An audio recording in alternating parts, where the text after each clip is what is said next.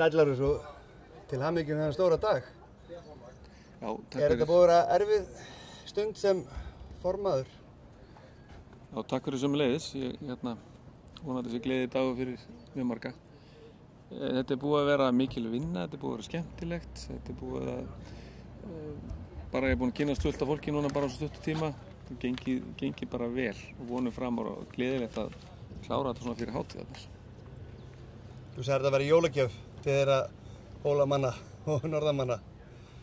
Hún var velinn pökkuð.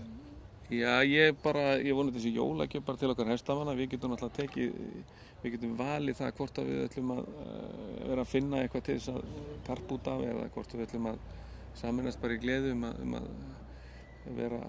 hafa þetta sama flotta áhugamál um að vera með íslenskan hest og landsmót á hólum eða einhvers staðar annar staðar. Það breytir ekki öllu máli. Það er huga, við verðum að vera jákvæð og hafa gaman að þessu. Þetta er svo skemmtilegt.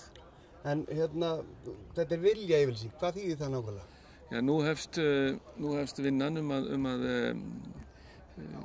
hólar hafa tíma núna út febrúar skaffinningar til þess að sýna fram á að þeir geti tæklað ákveðið mál og nú hefst svo vinna við að finna út úr því hvort að það gengur upp.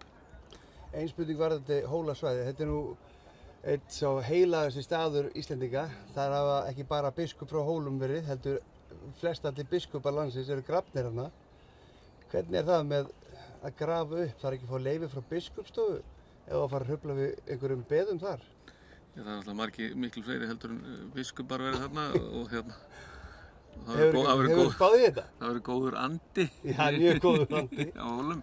Þess vegna það er líka mjög margir af okkar bestu knöpum verið þarna og verða væntanlega í framtíðinni. En við erum að tala um grafreitina. Já, ég hef ekki kynnt mér mikið grafreiti. Nei, en það eru grafreitir þarna sem eru mjög heilagir.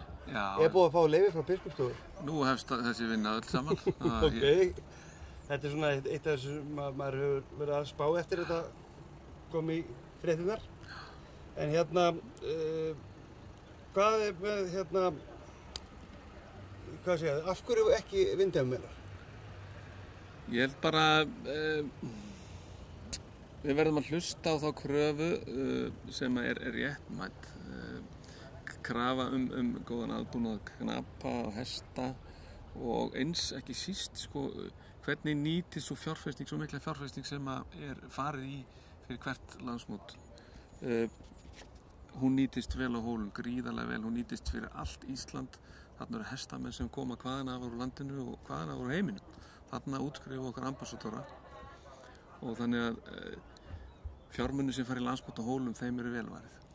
En með mótið sjálft á að breyta einhverju fyrirkomulagi, stytta mótið eða fækka hestum eða?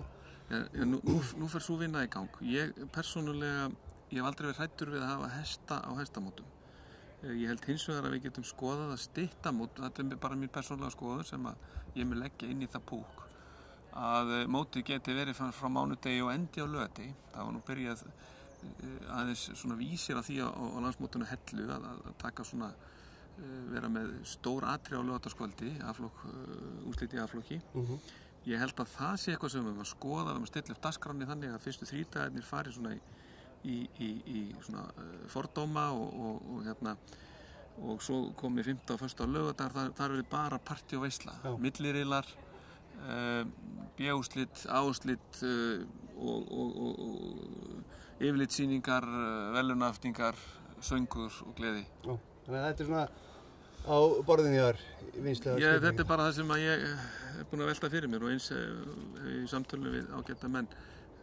Við þurfum að velta upp hvort við höfum kannski fært aftur eina viku fyrir upp á skólafrí erlendis, upp á mót erlendis og það þurfa að reyna að fá þá helgi þannig að það verði ekkert mót annars staðar Íslands hestamót í heiminum. Skilji.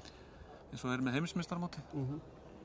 En nú er búið að planta líka 2018 í Reykjavík og það hefur reynst vel að halda móti Reykjavík. Eru allir sáttir með þessa niðurstöðu? Sprettar, hafa þeir ekki legið á öxlina þér? Þeir fengu alltaf ekki jólagjöf í ár eins og Skagfirðingar. Ég veit það, ég horfi nú á þetta allt saman í víðu samhengi. Ég vona bara að hestamenn líti á þetta allir sem jólagjöf. Sáttin er og niðurstaðan getur jólagjafi ef við ætlum það. Já.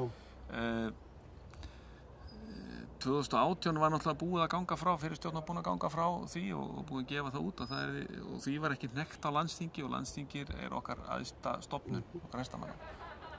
Þannig að það var bara þannig. Ok, en síðasta spurning þín, 2020, ertu búin að huga því? Já, það alveg klart sko. Það klárt? Já. Það heima hugunum? það verður upplýst á uppgjöruhátíð okkar hestamanna 2010, hvar 2020 verður. Já. Og svo uppgjöruhátíð 10. janúar og við sjáumst vel þar mun ég upplýsa hvert minn hugur stefnir með það. Herru, takk og til hamingju og gleðileg jól. Takk sömuleiðis og gleðileg jól allir sem að horfa á þetta. Takk.